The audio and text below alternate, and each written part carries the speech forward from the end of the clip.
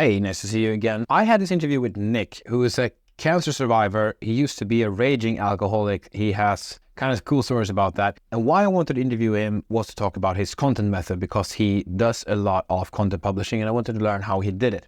Now, because Nick is such an interesting character, we ended up talking about all kinds of personal stuff related to alcoholism, fighting, going over difficulties, also talking about part of my military service, all kinds of stuff. We did talk about content, but it's like on the 18th minute we start talking about it, and it's in there for a couple of times, but we talk a lot more on personal stuff. So just give you that warning, it's still a good episode. Nick has a really cool stuff to say. So yeah, let's go.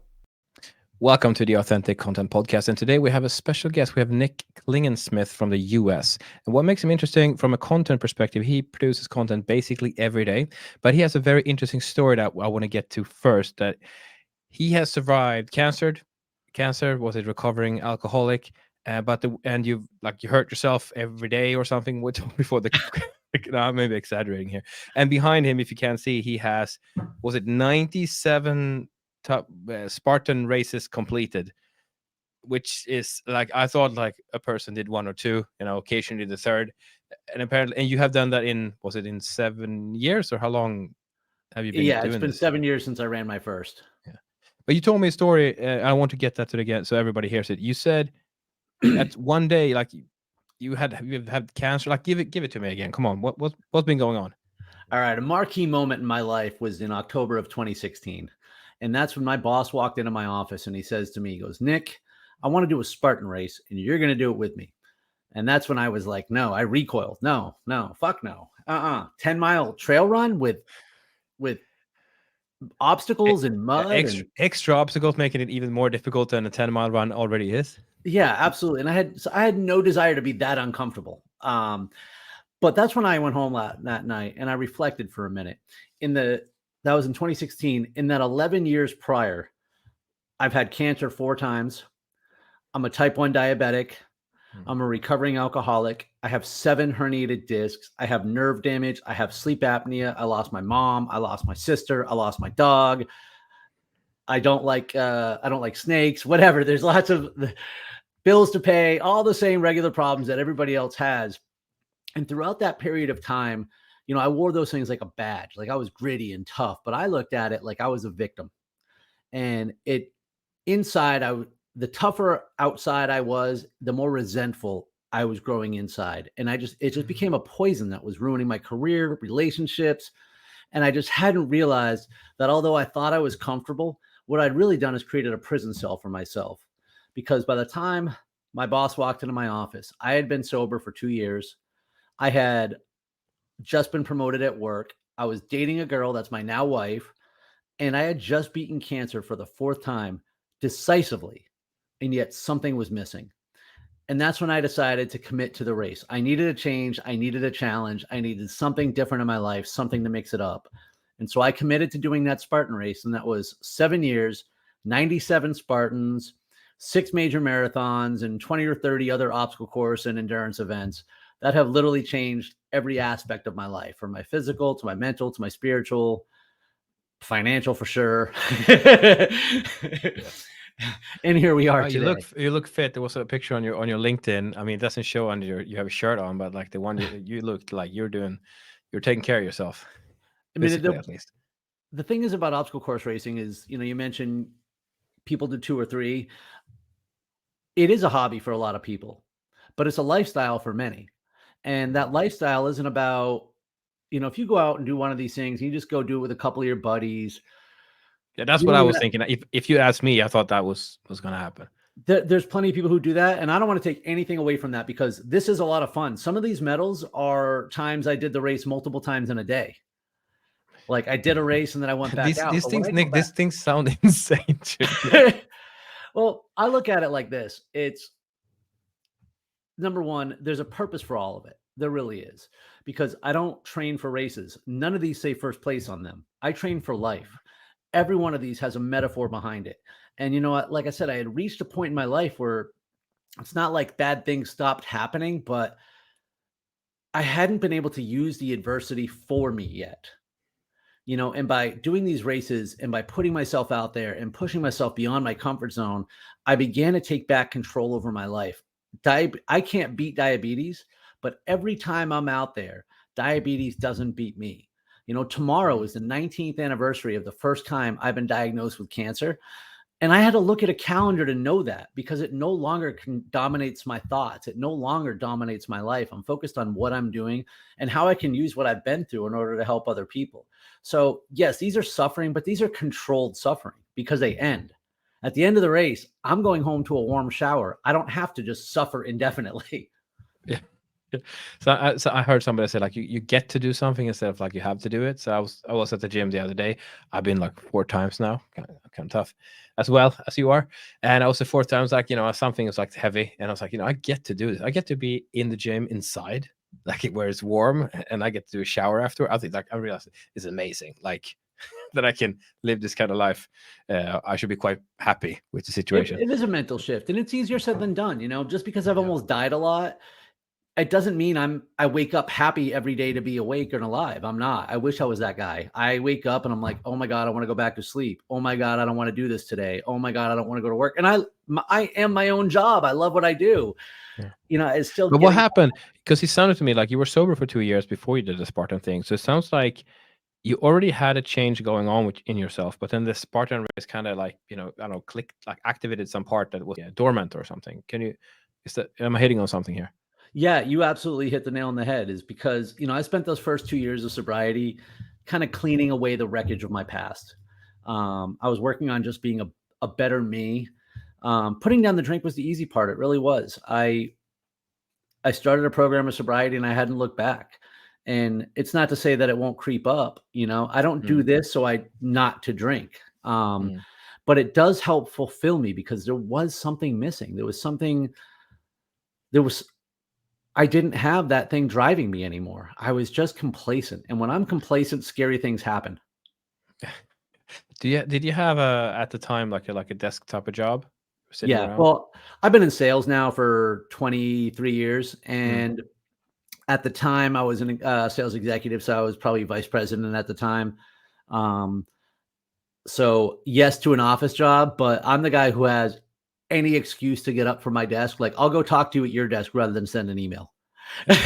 But yeah, it was a nice, comfy office job. Nothing was challenging me in terms of. Because I've been thinking about that myself. At sometimes, like we are unhappy. We humans, like in the Western world, are getting unhappy, and I'm like, maybe if I was physically tired a bit, I'd sleep better and I'd be like more happy. Because I think the guys who go like like I play rugby as well. Some of these guys play rugby. They're one of the best players we had. You say I'm crazy? Well, like anyway. It's like it's only for 80 minutes. Then you're like, and there's no obstacle. Well, anyway. Yeah, but nobody's trying to kill me on the obstacle course. Yeah, yeah. I guess I have some of that crazy in me as well.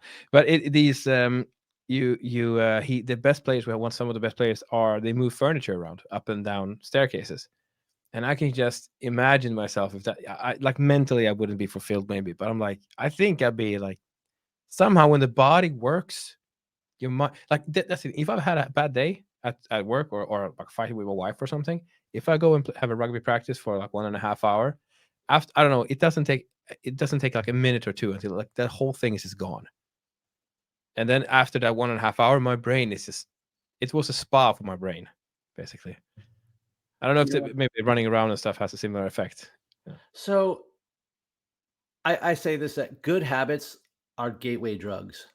Because for me, I registered for one race and it was 9 weeks away. And the first thing I did was set the alarm for 5 a.m. to wake up before work to train, which to me was unheard of. I'm the guy who wakes up about a minute and a half before it's time to leave. So that was a big life change for me. And to be honest, it was something I didn't think I could do. So literally by setting the alarm to wake up early for work, I woke up and I could defy everything else that I previously believed about myself. But once I did the first race, when you cross that finish line, something that you didn't think was possible, again, I'm broken. Like I've had doctors left and right telling me I can't do things. And yet when I literally jumped the fire for that first race, because that's how they end, is you jump through fire. Okay. It's not a metaphor. The feeling of accomplishment and achievement, and all of a sudden I had this blank space in my life where I used to have doubt, and I used to have these clouds of limitations and thinking that I couldn't do certain things. And yet here I was, having done something that I never thought possible, and I wanted more. And it wasn't, it was this feeling of serenity, this calm and this peace. 9 weeks before that, I sat on the couch thinking I was comfortable, but yet I wasn't comfortable. And then I trained for 9 weeks. I went through the most uncomfortable thing I had ever gone through to come out the other side. And I actually found comfort. And I wanted more of that. And so that's what started the journey. Is it started with one race, and then it becomes a lifestyle. So now I train all the time. I need a goal in front of me. I am that guy. If I didn't have races, I'm not Goggins. I would get distracted. So I need something in front of me that keeps me focused. But it's not about the race. It is about what it does for me. It is about staying in physical shape. It is about when I go to see the diabetes doctor and they look at me and they're like, "Well, you look great." I'm like, "Thank you. I'm working really hard at it." Like, it's about not accepting the excuses and limitations from, well, anything really. And as you said, everything is like a metaphor. I guess that's why we like sports. We humans like watching sport, playing sports, because sports, like women will say, like especially about soccer, they talk about why they're chasing that stupid leather ball around, like makes no sense. Like, and sometimes I see sports, and if it's sports I don't like, I'm like, yeah, it makes no sense. But I'm like, no, it's not the sport. It's a metaphor for trying and attempting things and teamwork, and it's like overcoming things that you thought was impossible, like this, and that's reflected by, like, that was like the gateway drug to a better life. Yeah. You just said a key word too, teamwork. Hmm. So I played competitive beach volleyball for a long time, 2-on-2 beach volleyball. And as much as I loved that sport, I actually liked playing indoor because I liked being part of a team. Yeah. And when I was in high school, I started running track, and I just liked being part of a team. But one of the key aspects of a resilient mind is a resilient community. It's to be part of something bigger than ourselves. And I think if those people who, they're just chasing a leather ball around. No, they're not. They're working together competitively to excel, to hit peak performance, to achieve a common goal. And it's the power that you get just from being surrounded by other people trying to achieve the same purpose. I'm 10 times stronger out of the obstacle course because I have friends of mine who are out there trying to do the same thing. But you mentioned actually that almost, I think you said you ran one of these Spartans twice. Was it because you ran with somebody and you had like two groups to run with or something? I'll try to run several laps. So there's actually an event coming up here in Tampa in May. No, it depends on the distance, because these things run from 5K to 50K. So okay, so a 5K you might be able to do twice at least. The 5K I've done 3 times in a day. The 10K I've done twice in a day. I've done the ultra, but I'm not doing it twice. I'm probably not doing the beast. What's the ultra? How much is that? 50K. Obstacles all the way? Yeah, so it's actually the half marathon course, and then you just run it twice plus a little extra loop. So all told, there's about 60 or 70 obstacles. We had that reminds me, we had an obstacle course. I did the military service mandatory one in Sweden, and I was with the Marines there, and we had this. I think it was a 3-kilometer obstacle course, and we was like with full gear, and it takes 30 minutes to do. I believe it. Spartan actually did a 3K event too. Theirs probably was going to be a little bit faster because you didn't have to carry all the gear. Yeah, they pull each other up. But I remember that one also. Like we had just funny memories. But they were like 3 water things, and we had to do them in winter. So the ice froze. It was maybe like 2 inches thick. So the first team who goes in there had to take the rifles and beat out the ice. So depending how much ice it was, they didn't have to necessarily beat out all the ice. So the first team maybe did half, the second team did the rest, and then the third team just had to go through the water. And it's very cold. It's whatever you call it in Fahrenheit, but it's very cold. It's what we call minus degrees or 0 degrees in that water. And the first one is up to your hip, basically, or your stomach area. Second one is up to your chest, and the third one, there's a log over, and you have to dive through it in the ice cold water. So there's 3 of those, and you don't have like running shoes. You have your military boots on. Your boots, right? And then you have your rifle. Everything gets wet, and you have your backpack full of water. Your feet, and that happens after the 30-minute run. It happens after 10 minutes. You get that first water obstacle, and you're like, that is. You're like, what am I doing with my life? Running there was an obstacle course. Well, it's like, number one, let me just point this out. I'm not the crazy one, because that was part of your life. I get to go home at the end of this, and like, that's Yeah. also part of why I do it is I didn't serve in the military. I was Yeah. drunk, I was fat, I was lazy, I was selfish, and so now I have this opportunity to challenge myself physically in ways that I didn't before. But again, I'm not signing a 4-year commitment to the government. I get to go home at the end of the day. Oh, yeah. but maybe that's the thing. Like that's not. We have in Finland most all like 90% of all men has to do the conscription and do some service of military. But I was wondering that maybe it's some, and this. I mean, it's not the thing in the U.S. I don't know how many percentage do something, but it's not that many. Some I'm sure it's percentages. not much. So maybe something like the obstacle course or that we need something that's just so extremely uncomfortable. Like I like to use the word uncomfortable. It makes it sound like you're sitting on something that's a little bit uncomfortable. We can But we call it need suffering. yeah, suffering. Yeah, but you need something where like this is voluntarily. I'm doing this thing. I mean, we're partly forced, but you can leave hypothetically because you're like, I don't want to do this. You can refuse. So you're doing it because you want it. It's hard. It's tough, but you still do it. And somehow now, when I'm warm inside, I'm like, I enjoy it. I'm like, I have this heating. I can stay warm. We have every And day. we I don't shouldn't have have to to feel sleep bad about it outside. either. I don't have to starve. Like I have water in the tap. I love it. It's amazing. Now, the CEO, the founder of Spartan Race, is a guy named Joe DeSena, and he's a sales genius. He's a marketing guy from the get, but he wrote a couple books about the origins of Spartan Race and the origins of Spartan, and he really talks about the lifestyle, and those are the things that he talks about, and he talks about very extreme things, but he's right. We just get so comfortable that we can't handle when life happens. And what I like about this is I tell the story a couple times. There's a good friend of mine. He's about 10 years younger than me. And he was talking through some life issues that he was going through. And he said to me, he's like, I don't know if I can handle that because I haven't gone what you've gone through. I haven't gone through adversity. And so my suggestion to him was to go find some. Go mess your life up. Go do hard shit. But it doesn't have to be this. It doesn't have to be jumping in the military. You know what? Wake up 5 minutes earlier. Take a cold shower. Go skip a meal and donate it. Like, just do things to make yourself uncomfortable. Go for a walk. Go for a run. Do something 5 minutes longer than you think you should. But I think that's the thing with this part. Like, I think the challenge needs to be like that. Like, say, I wake up 5 minutes earlier. It's like it's not exciting. Right. Like, you're gonna have to Exactly. run I up need a big goal something to and feel climb. accomplished. Yeah, you got it. That thing, if you're gonna look like an idiot if you fall down on these things, like I gotta be in I gotta get in shape. Like I can't. Oh, there's plenty of falling down. Yeah, but I mean, like, let's say at least complete it. I mean, just for my own self-respect, I mean, this is as a guy as well, but I think most guys, even if we're out of shape at the moment, we'd be like, yeah, but I could be in shape. I still remember currently 22-year-old me, 100%. Yeah, it's still in there. Like I said, so when you do something like this, you're like, I cannot live with myself if I don't at least complete this. Doesn't matter. I don't have to win. I just have to not like I have to just get in front into the goal.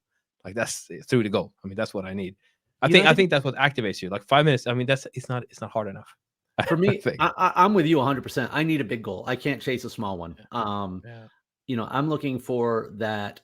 I'm looking for that fuck yeah moment. I'm looking for that thing that is going to drive me, that is like winning the World Series, because I'm never going to be a professional baseball player, But earlier we mentioned, and we were joking about narcissism, but you know what? There is ego at play, right? Like when I started doing this, I'm 37. I used to run track. I used to play competitive beach volleyball. And if I'm doing an obstacle and I fail that obstacle, I didn't want anyone to see me. I'd make excuses. I'd feel bad about myself. But once you do things for a while, and once you see what life is like not on Instagram, and you see that other people are failing obstacles, you begin to realize that vulnerability isn't such a bad thing. As a matter of fact, it can be a superpower, because if I'm so afraid of losing or failing the obstacle because of what it's going to do to my ego, I'm never going to learn how to do the obstacle. And that's the important part too, is you have to be willing to fail. You have to be comfortable failing, as long as you keep moving. And as long as you don't quit. Another word for failure just becomes practice. Yeah, that's like, what was it, like the jiu-jitsu one that said like either you win or you learn. 100%, right? As long as you keep moving forward, but failing isn't quitting. And that's why, we talk about content and stuff. I post videos of me failing obstacles often. instead of just the ones with me succeeding. And I like those too. Don't get me wrong. I've got a pretty healthy ego on my shoulders too, Yeah. but I don't post them because I don't need high fives. I don't need that validation. I don't. The reason I share the ones where I fail is I want somebody who's never done this before, who doesn't think they can do it, to see me and realize that they can, because there is nothing I can do that someone else can't. I promise that. Nick, I want you to do something. I want you to do the 99th one with all your medals on you. Hold on, that might be. I'm going to do a fun lap. My second lap, my 99th race should be a fun lap. So maybe that won't be the all worst right. Because I just realized, like, I see you climbing something, and like I show, like, even a master can fail at these things, and you would just have all the hanging from your neck. They're legit. I don't even know how much they'd weigh, but man, imagine like hanging from a rig with water below you, and you've just got a Mr. T necklace around your neck. That's what I'm thinking. But yeah, but let's get into content, because that's the thing. Because in a way, you mentioned something funny, that what is life outside of Instagram, on the one side, and on the other side. I mean, I mostly saw you on LinkedIn, but maybe you're on Instagram too. I'm curious about what's your thought about your own content. Why do you even do it? So it actually, I'll tell you, there was a progression here. And it started a couple of years ago where I used Facebook like a journal. And I actually looked at an old post this morning, and it just talked about, which I incorporated into a video today, where I said, don't be confused about what you can't. Don't let people tell you what you can't do from those who won't do it. Don't take advice. Yeah, that's a good one. Yeah, why you listen to them? They're not doing it. Impossible is just a big word used by small-minded people. And so that's something I posted like 6 years ago. And that's kind of how it started, as I shouting into the wind on social media. Like, hey, I'm doing this. I'm awesome. And a lot of it was like self-talk. Like, I felt good about dropping that hammer, because you got to keep in mind, just 2 or 3 years before that, it would have been pictures of me with a bottle of this and just doing stupid, non-purpose driven activity that really wasn't helping anybody. And it began to evolve because there was a degree of validation in there, because it felt good that people were supporting me and encouraging me in my journey and telling me good things about myself. But what later happened was on Instagram, a couple of my friends, they do something called sweat check. And so they'll do a hashtag and they'll tag you in it. And basically they're like, I'm going to finish my workout. I'm going to take a video of my workout. I'm going to tag you in it. And I'm like, hey, sweat check, where you at? And then you're supposed to show, like, you're supposed to, I'm also at the gym. It's an accountability system. Yeah. And I knew I wanted to be a speaker, and I wasn't comfortable talking to camera. So I thought, what a great way to practice was just start those little videos. But then I realized, like, after a little while, I'm walking and talking, and those shouting at the wind, Facebook bravado things just started coming out of my mouth naturally.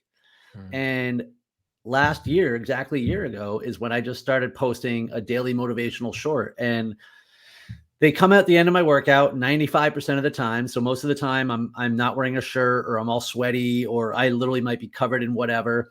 And sometimes they're planned. Sometimes the night before I come up with a topic. Sometimes I write them down. I might be sitting in traffic and I'll come up with an idea and put it in my phone real quick.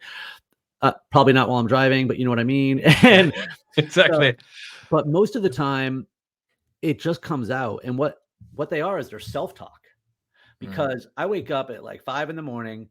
and I train for like 2 hours. And then when I finish my workout is when I take my video, and then I go post it while I'm stretching. So I basically, from the moment I wake up until the moment I take that video, I am constantly focused on trying to think of something positive to say while reflecting upon my own journey. And that was one thing I noticed about the power of talking to camera, is I said, why don't I talk to myself? I'm literally staring right at myself. Like, the lessons I'm learning, I need to hear them too. And so that's really where it just began, was this is what's on my mind today. I know I'm not the only one going through it, and let me share it and see who helps resonate with it. It's great. It's really good. I gotta say, I haven't listened to all of yours, but I was listening like the last 10 days or something, and I noticed there's this. I'm saying this because the audience who's listening, we're thinking about how to make content, right? So it's a variation of quality. But I realized that some of them were like, this like rah type of stuff.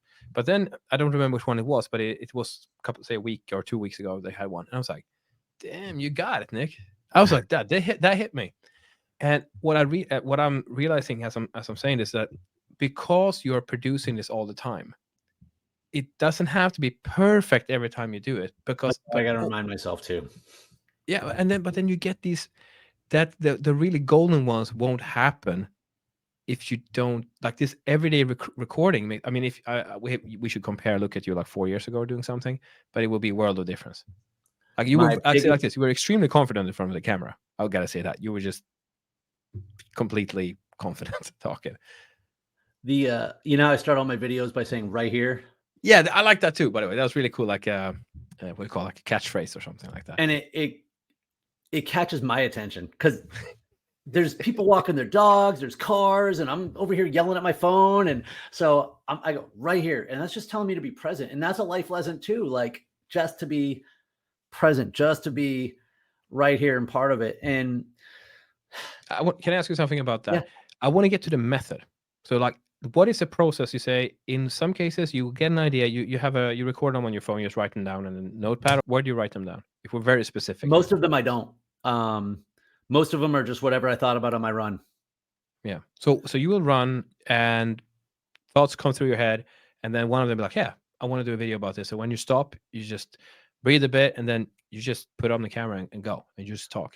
So most of the time it's exactly that. I finish my workout. I grab my phone, because if I don't do it right, I need to do it while the blood's pumping. We talk about physical activity, right? And like move a muscle, change a thought. So when you're stuck at the computer screen, get up, walk around, get the blood flow. And so I'm at my most creative right then. And so more often than not, it's just off the cuff, whatever's in my heart. But yeah, there are some times, and you'll see it too. There are times where I'll edit and you'll kind of see the different clips. Also, you'll just see sometimes it's the same message with edits. That means I said something stupid or tripped over my words and I just kept playing with it. Every once in a while. That was the one time you actually didn't run. Now, to your point though about, I get it. And the thing is, for someone like me just starting out, right, who has no budget, no tech experience at this, and just the words, I see the content that other people are putting out and I'm like, I can't wait to get there, but I'm not there. So it's very important I just kind of stay in my lane right now. And I think consistency is going to be my best friend. But I had one, and I know this may not be a lot to some, because most of my views get 500 to 600 views on Instagram or TikTok. YouTube, I might get 100, like whatever. But I had one pop to 60,000. And I wasn't even going to make a video that day. I had another one where I was at a Spartan race and I was walking out and I handed the phone to my wife and I go, you know what? Fine. Just hit play. And I just started talking. And as we're walking to the car, I posted it on Instagram. And by the time we got to our hotel, Spartan had already reposted it or something like, yeah. And it had 45,000 views. I picked up like 600 new followers in 45 minutes. It was like, bam. And I'm like, oh my God. And you would never have known. That's the thing. We can't know. If you did it the day before, the day after, you got 500 views. But sometimes it's just the universe aligned, the stars align, and then bam, it happens. If you put out one video a month and you put out a bad one, that's a big deal. Yeah. If you put out one every day and you have a bad one, nobody in the world knows. Nobody cares. The worst thing that's going to happen is it wasn't his best one. And it's just you keep going because it's going to be another one tomorrow. It might be better. Exactly. Yeah. And this about the failing too, like it all intersects here, but again, obstacles. It's not as you started with being uncomfortable in front of the camera, and you did it to get better and to be able to do public speaking better. And then every time you record, it's like mastering one of these obstacles, trying to doing it better every time. Even the podcast. I mean, there's no sound worse in the world than my own voice, but I will watch this later several times.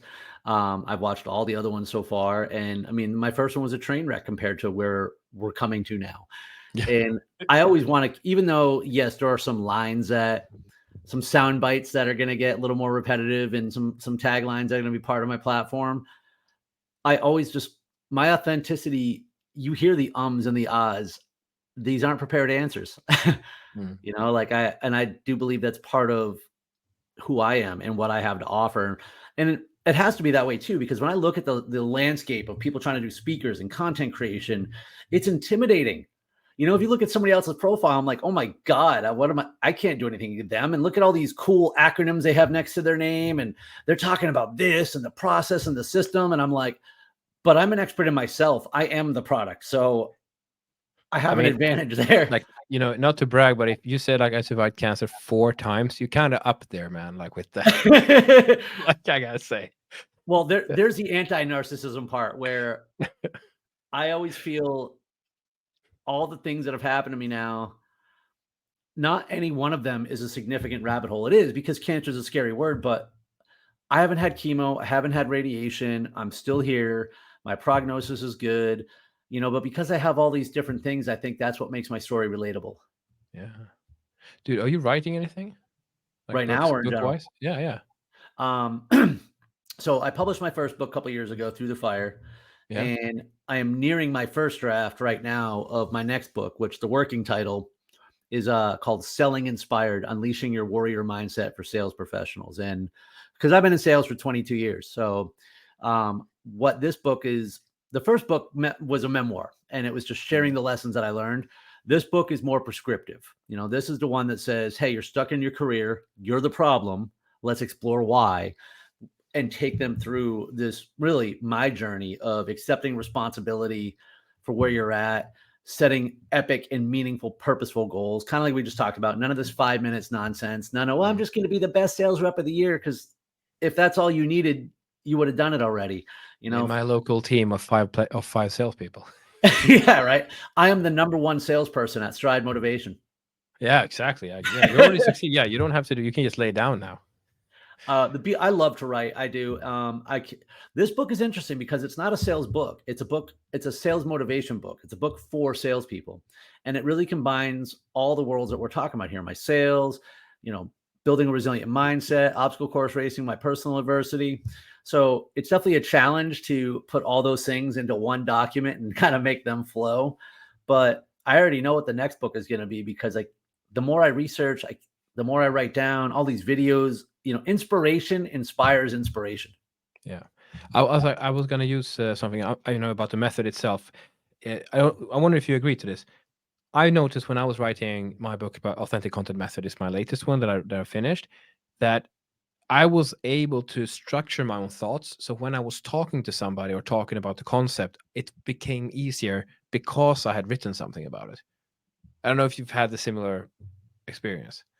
Yeah, absolutely. I would say that and repetition. Because the way that I write in run-on sentences and sentence fragments at the same time. It's a unique writing style, and I write like I see it, which means that when I'm done writing it, if I write something that's 10,000 words, I need to cut it down to 6 in order for it to make sense to somebody else. Okay. A lot of trimming going on there. Yeah, my process is just get it on paper. So when I wrote Through the Fire, I didn't know what that was going to be. I just knew I had a story to tell. And I know that if I didn't tell my most vulnerable moments, then none of the stuff behind me matters. Nobody's going to care about obstacle course racing if you didn't know who I was and what I had to overcome to get there. And so Nick, can we flip that? I'm curious now, because you're hitting on something that's for me. I feel uncomfortable talking about like failures I've had, because I partly because I don't feel like I've succeeded enough.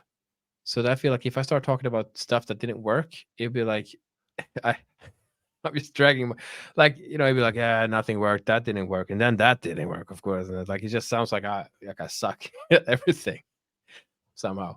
Like I'm curious how you dared to like actually talk about things that didn't work in your life. You know, when I was it started with the book, because the second chapter of the book opens up with what has to be the darkest moment of my life, which is I'm going through a alcoholic hazed blackout in Las Vegas, where I get thrown out of the hotel for trying to bang a hooker in the broom closet while my girlfriend is asleep down the hallway. That's a rough one. Yeah. And I was about the worst human being imaginable. And then I had to go home, and I was supposed to be a speaker at our conference the next day. And so there was nowhere for me to hide. And so that moment, though, is embarrassing and shameful as it is, right? That's not who I am anymore. And when I tell the rest of my story, without that, without the cancer, without being scared, without being lonely, without making mistakes, without being able to look back and say, when I was a bad leader or when I was a bad friend or a bad boyfriend, who I am now doesn't matter. Then it's just rah-rah, And the thing is that comparing ourselves to other people is always dangerous, but I haven't met anyone perfect or anyone who's had it all figured out yet. And so I put the book out there, and I was afraid of how people were going to respond to me because, I mean, that was a real shitty thing to do. And I think if you're like a coworker, like, guys, did you read Nick's book? It's like, did it? No, you should read Nick's book, man, because it's like there's stuff in there you would have never guessed. You know what's really funny is for years, right? Rumors would circulate around what happened. They're like, oh, I heard he got in a fight. No, I heard he stole some casino chips, or he did this, or he did that. And so when finally I'm like, no, here's what I did. They're like, oh. And have you seen the movie 8 Mile? Yeah. Do you remember the last thing when they're like, hey, aren't you worried about what he's going to say about you? And so he just goes out there and he just says everything bad about himself. This about me. You're going to say this about me. And then the other guy couldn't counter because there's nothing. So what am I afraid of now? What are you going to say about me that I haven't already said about myself? Do I do crummy things? Yeah. Are they as crummy as I used to be? No. And because I shared that, what ended up happening wasn't people coming out and hating on me. And nobody was congratulating me for that either, but they were coming out and thanking me for sharing the story and sharing them that recovery is possible.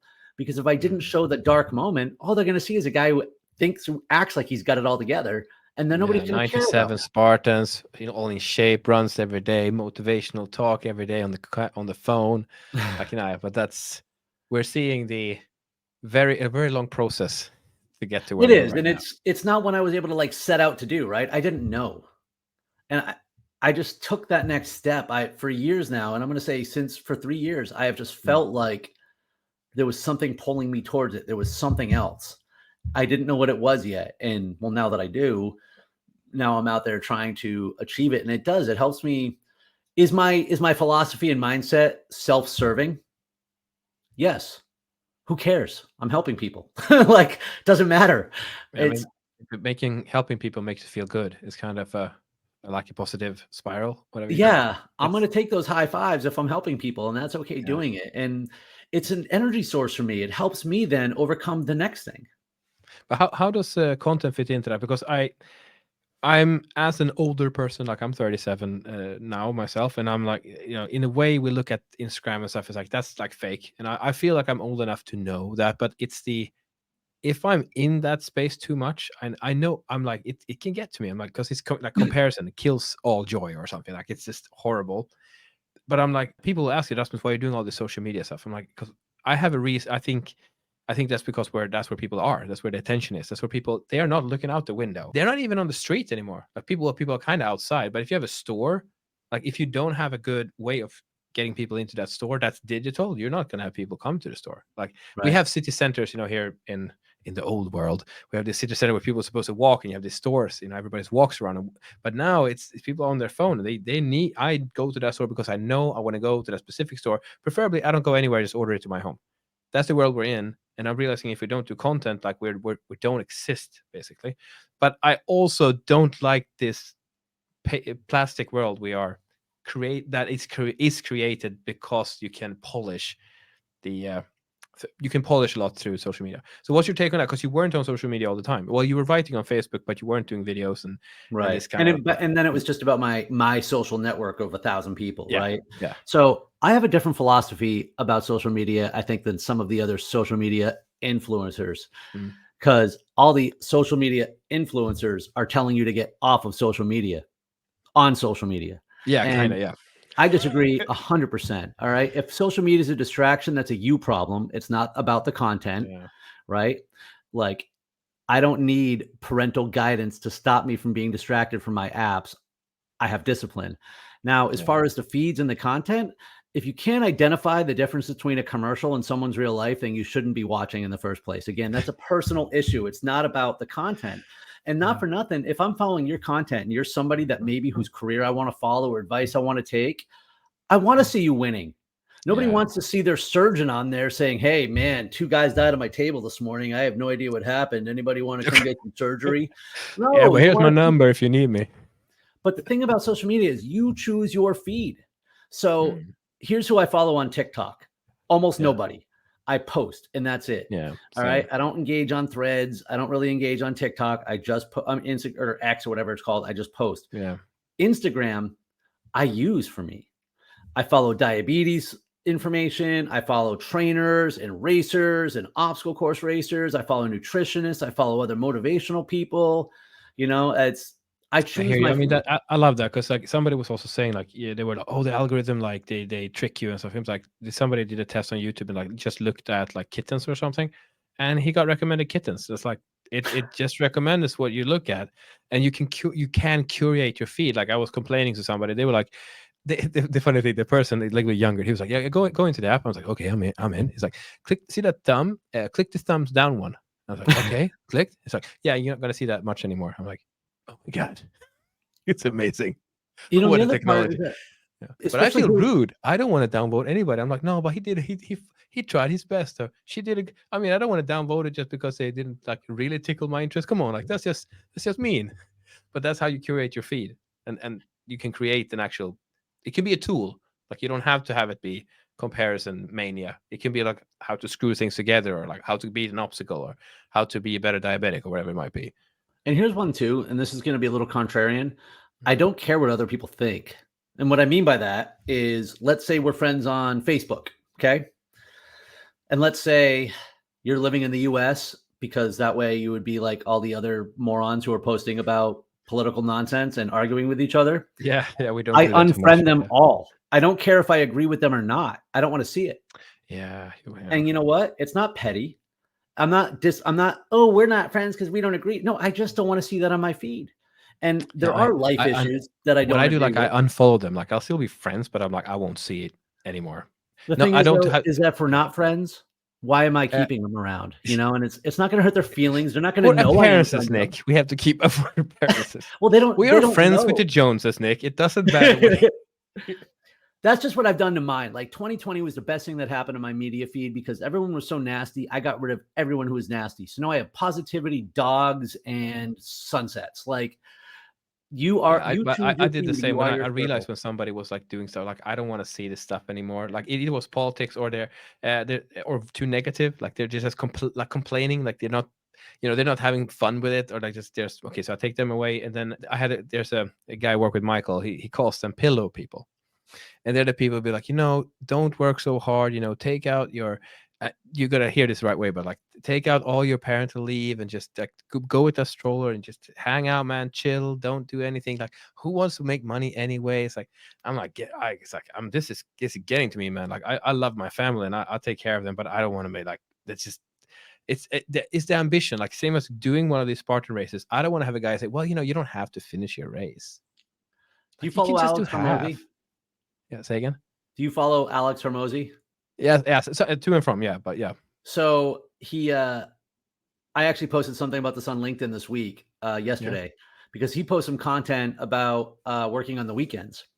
And but he doesn't have a family or anything, man. Like, well, here's the thing, right? Insane. Those are the same type of responses that come out, and people attack him for it. And they're like, "Well, I choose to spend time with my kids, and I spend to do this, and blah blah." But he doesn't qualify what working means. People are so entrenched to argue against whatever it is they don't agree with because it's like so did I. I was like, ah. I know, right? Exactly. It's just that natural defense of being like, well, but I do this, and I'm like, you know what? I always work on the weekends.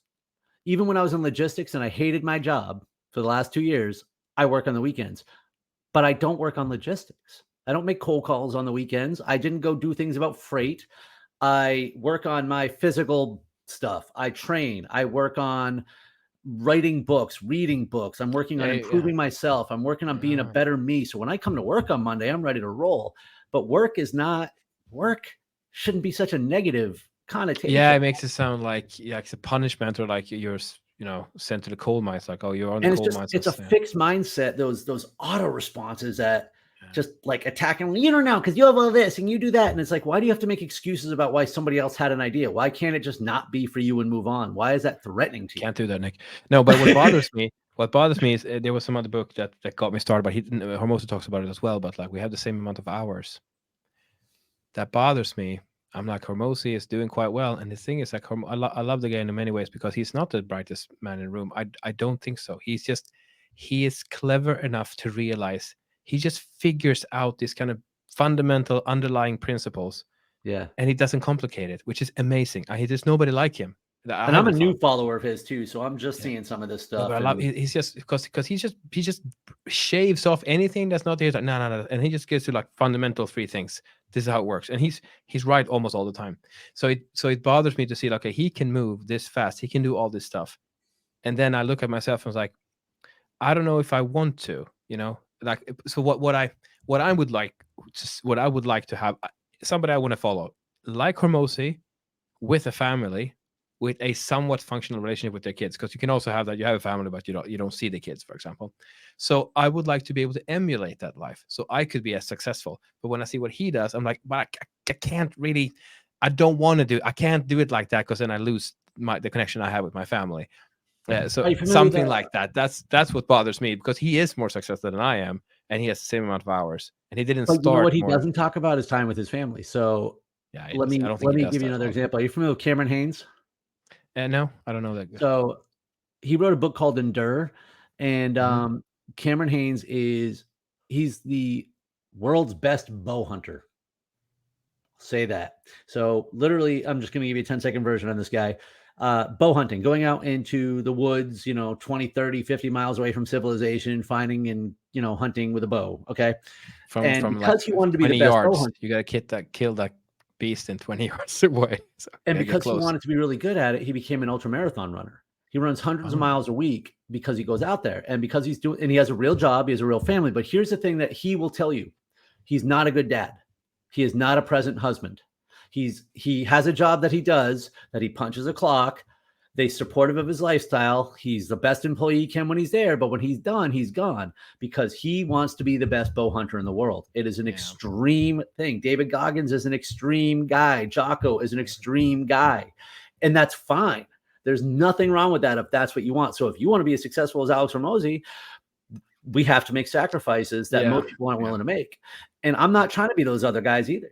I'm trying to be the best Nick. And the best Nick is also going to be a good dog dad. He's going to be a good husband. I'm going to be financially stable. I'm going to be a decent friend. And I'm going to have at least 100 medals, at least. Well, yeah, we're going to bump that up, obviously. Yeah. We're not done. We're just getting 97, like an amateur. Yeah. What's crazy is that friends of mine do this in a year. That's not, well, if you're unemployed, and I don't know. No, again, we don't even need to do the comparison, right? That's their extreme year. So a buddy of mine just did 150 races this year. He set a record of Spartan. Another friend of mine set a record of Spartan 2 years in a row. But that is a 100% commitment. They're on a plane every week. And does that mean they don't have other things in their life? No, but you can't be everywhere at all times. And also, that's not how he's going to spend every year for the rest of his life. Otherwise, he probably would be financially independently wealthy or something like that. But we all have these seasons, right, where we go through certain extremes, and the racing is a huge part of my life right now, because it's also part of my platform. And also, I'm not done on this personal development thing. Yeah, where do you want to go with all this? You talked about speaking. What is it that what do you want? I do have a vision, and I mean a vision. And here's the perfect vision for me: is, let's say there's a race in West Virginia in August. On Thursday, I'm delivering a keynote to a sales organization, and I am challenging people from the crowd to come out and join me in the race on Saturday. And in that vision, I've got free passes for them too. And I'm bringing 6 or 7 new racers out, 5 of which will never do it again. One person whose life might get changed. And because I don't want this, I even talked to somebody the other day. It's not that I just don't want to tell my story, but just telling it doesn't mean anything unless you know the real happy ending, and spreading that wealth and giving other people the opportunity to see for themselves. Because if you don't, everyone's in the fire at some point. And if you don't keep moving, that's where you are. You're in hell. You're just going to stand there and burn. So we got to know that we can move forward, that we can go through the fire. And that's what I love about this. Is this is like my favorite moment in a race is the moment I want to quit. It's the moment that I want to say, get me out of here. Because when I don't quit, I'm a different person when I come through the fire. I'm not the same person that started that race. I've learned something new. I'm tougher. I'm stronger. Every time we move into fear, we redefine the space that we live in. And whether it be about making videos, because before, when I was just doing sweat check to 6 other people who weren't going to judge me, I was nervous. And now that I'm doing it and just putting it out in the world for everybody to judge me, I'm not as nervous. There's another thing I want to say before about it. That's artists have. I realized it was art. Maybe this is part some human thing, but they said like if you do your art at home and you never show it to anybody, it's it's not the same that if you do the art and you put it on social media and still if like 4 people see it, it's like a different thing. It's almost like you kind of like when you said you wrote your your notes on Facebook first, and now you do a lot of video. It just has to get out there. It transforms yourself by putting it out, even though almost nobody has to see it. One of my favorite videos got 1 view. I'm like, I just and that I'm like, it's not about the quality at that point. Like it was just algorithm and just didn't get hit. Like I might repost it at some point, but dude, I take the views as a joke. I take the views as a joke. Like I want to get views and I want to get people to listen, but I'm like, this is a big game. Like someday you will get like, dude, I really like this video. Like you can repost it. We did some experiments. We reposted something like a week later, and then it got like, I don't know, not much, but say 300. But someone got 0. Yeah. And then reposted like a different time of day, a little bit later. Oh, it got 300. So that 60,000 one was crazy because it was that day. It got like 700 or 800, which is a little higher than normal. And that was on a Wednesday. And then on Saturday morning, I get back from my long run and I'm like, oh, wow, it's up to like 1,700. And by the time I went to bed that night, it was 40,000. And the next day it was 60. And it's still every once in a while, somebody still sees it. So again, I don't know how any of that works, but also I agree with that. I do look at the views because I want to just see the trending. I don't care about any one thing. It's not like you don't win anything by views, right? Yeah. But if I'm getting 700 views on average instead of 200 views on average, I'm able to see that I'm speaking to more people or I'm getting noticed by more people. But like Spartan is not paying you anything for this? No. They barely pay their own people for this. Because like, the way you're talking, I'm like, I think I got to run one of these. Well, that would be good. They have them all over the world.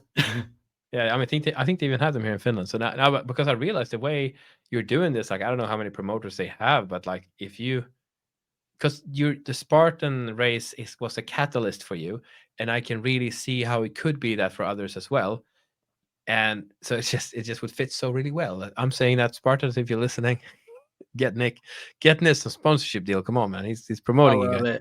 It. I also, in part of that vision, I could see some sort of a partnership with Spartan based on certain things, like not because they're not my platform, right? But it's part of my story, and they have their own ambassadors and marketing, like street teams, and they've got a lot of social outreach. But I've been very fortunate too, because they've reposted my content sometimes.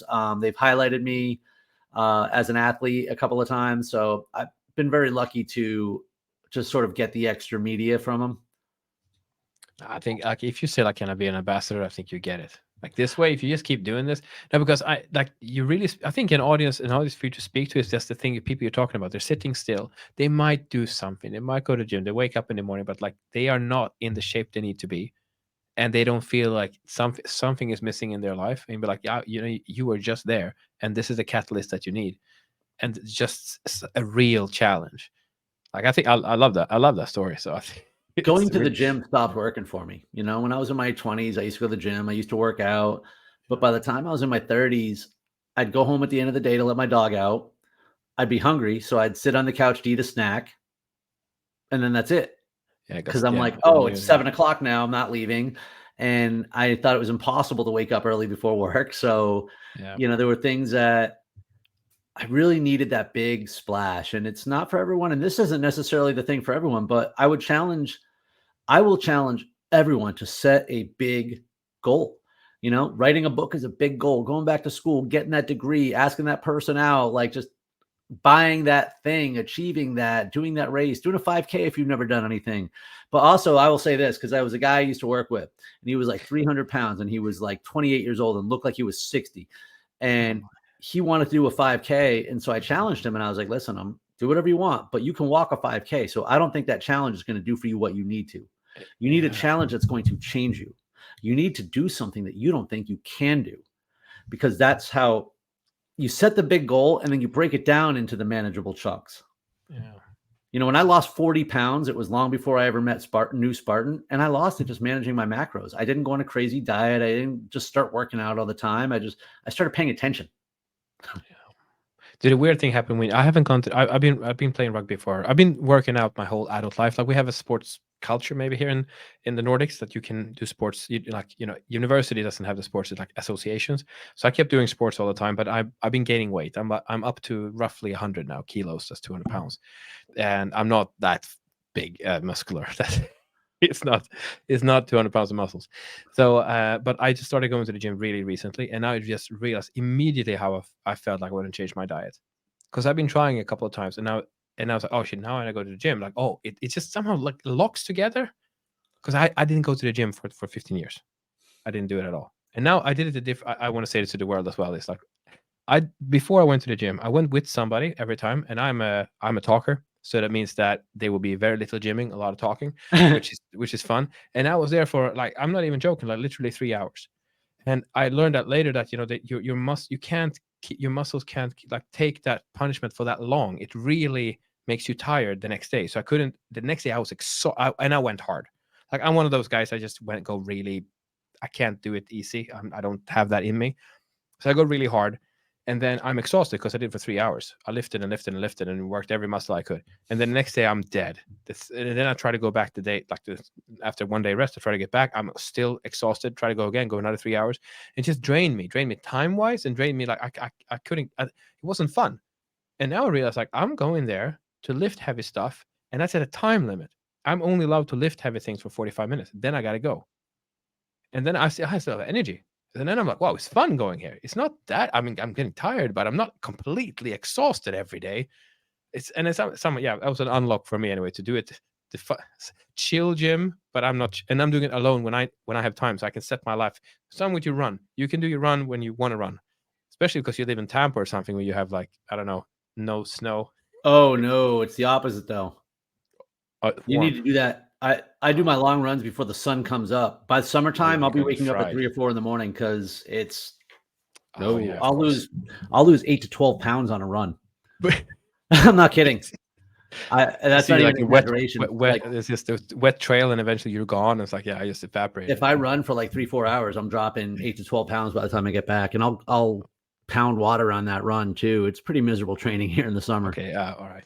Well, maybe that's why you're so fit. Yeah, so but I probably work out or train, and this is going to sound crazy till I break it down, but 2 to 3 hours a day, kind of like you said. However, I'm 44 and I'm broken. So I spend about 45 minutes to an hour doing prehab, rehab, warm up, just, doing those little stupid strengthening exercises that you learn in the PT office that you don't want your friends to see you do.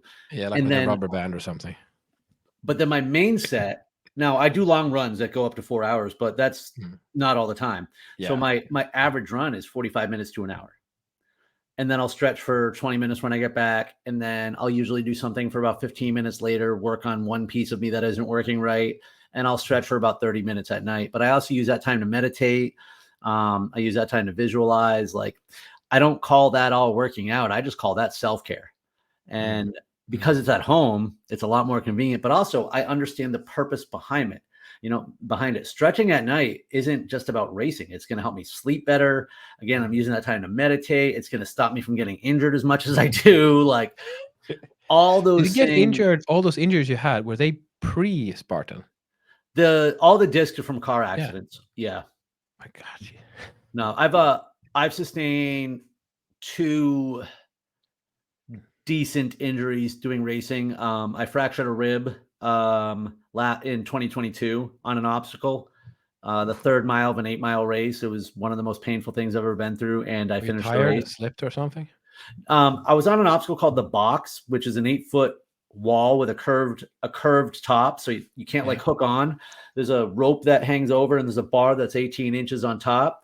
Yeah. And the way that I would do that is I would climb it like I was climbing a rope, where I bring myself up close and I try to wrap my feet, but there's not a lot of slack. So I was trying to readjust myself, and I'm pulling one way, twisting another, and suddenly pop, pop, the cartilage just popped. So you did it to yourself somehow. You like twisted into it.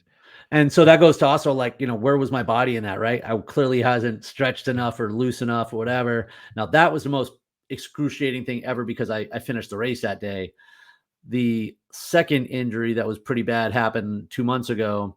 I was in mile 12 of a 30-mile race, and I actually strained my hamstring. I thought I tore it.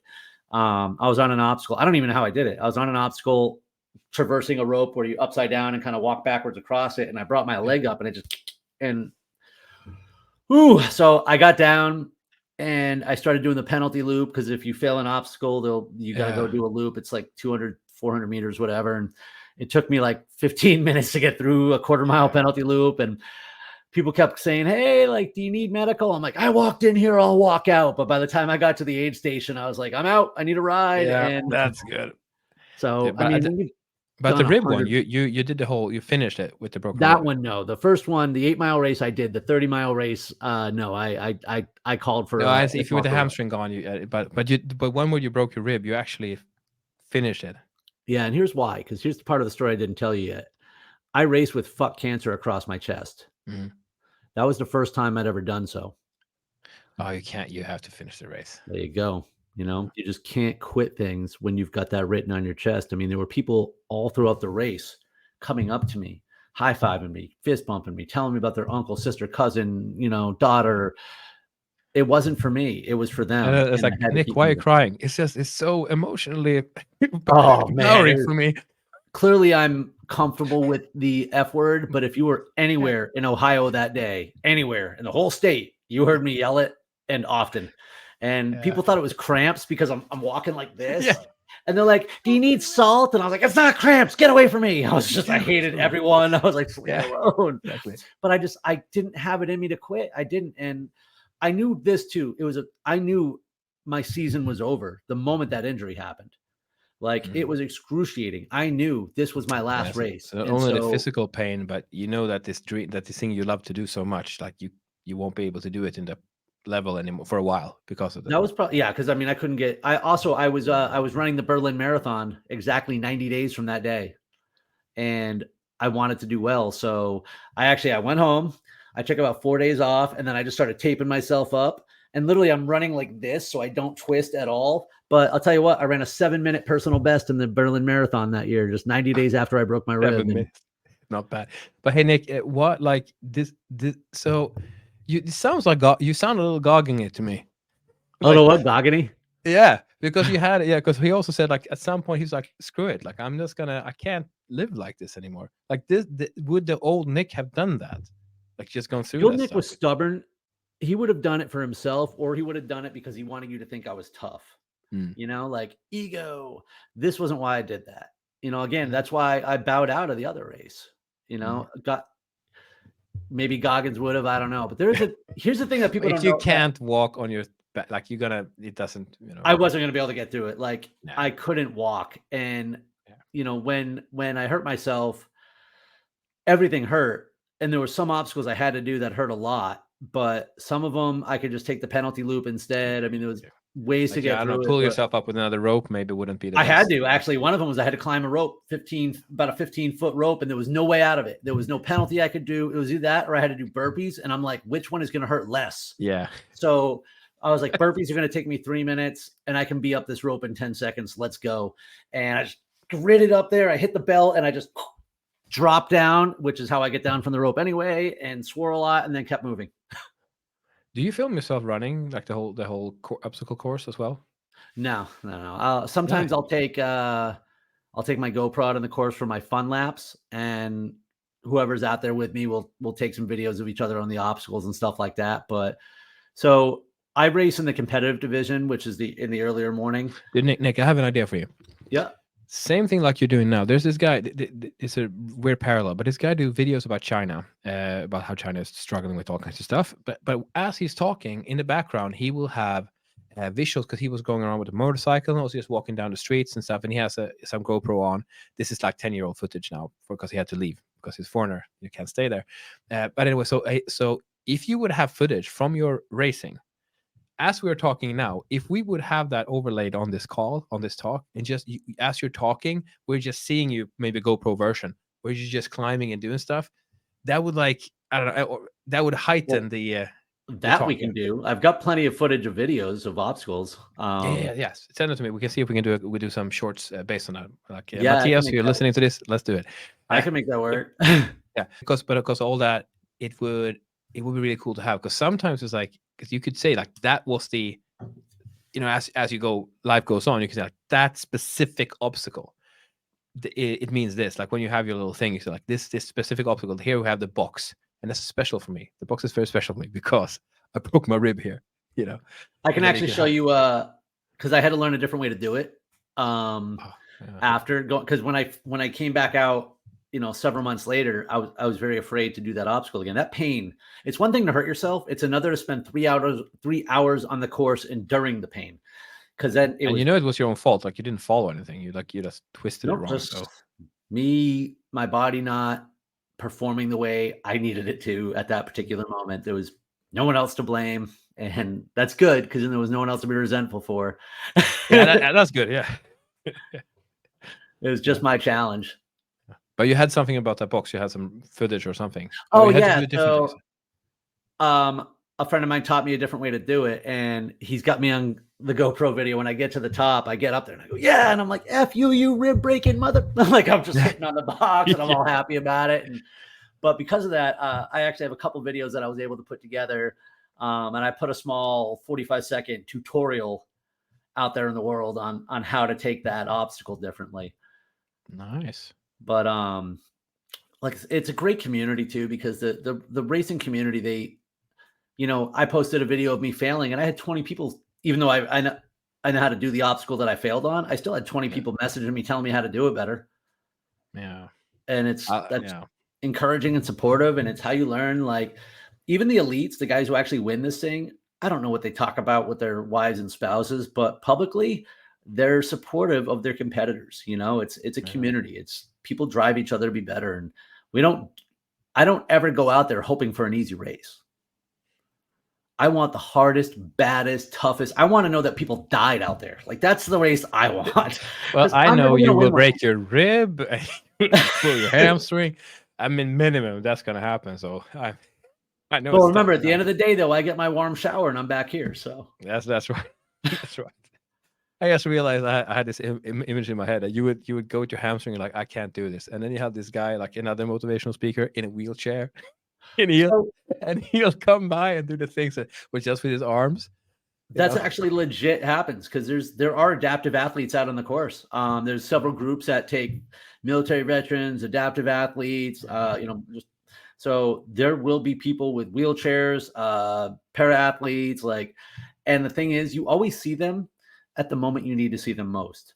That moment you're struggling with something, you're like, oh, I can't do this or this sucks. And you're like, oh, never mind. Oh, that guy has one arm. I'm like, and that's legit. The thing is, they're not complaining about it. And I'm like, you know what? I get to do this. And I'm grateful for it. And I am because you know what? Despite all the stuff we talked about, I consider myself healthy. I'm an able-bodied person. There's nothing in the world that can hold me back. And I'm just eternally grateful for that. And if something does befall me, I'll get through that too. And if I'm in a wheelchair, I already know who to reach out to help me continue to live my best life. Well, thank you, Nick. What can we do to help you get to your dream where you can, talk in front of an audience and convince people to join you for the next Spartan race and get those free tickets? How do we help you get there? We spread the word. I am actively looking to book speaking engagements. Yes, we'll travel abroad. Would love to go check out love to check out Finland and Sweden. Yeah. When you said that you got to go like so many kilometers into the forest to find some game, I'm like, you don't have to go far here. Yeah, that's that. No, I am, I was in my corporate job for so long and I only left 3 months ago. So I don't have a speaker reel. I'm starting 100% organic. And, again, everything's like leveling up, right? Like in a couple of years time, I figure my platform will be far more professionals, whatever. I don't know if I'll be doing daily motivational videos forever. I hope so. I just hope that in addition to that, I'll do higher production content, not necessarily replace it, but add to it. And, but I am looking to speak to groups, organizations, teams, employee resource groups, people that could help, that could benefit from my story and to get past self-limiting doubts and fear. Yeah. All right. Well, we'll end at that. Thank you very much, Nick. Appreciate it. It's really cool having you here. Thank you for coming on. Thank you for having me. It's been awesome.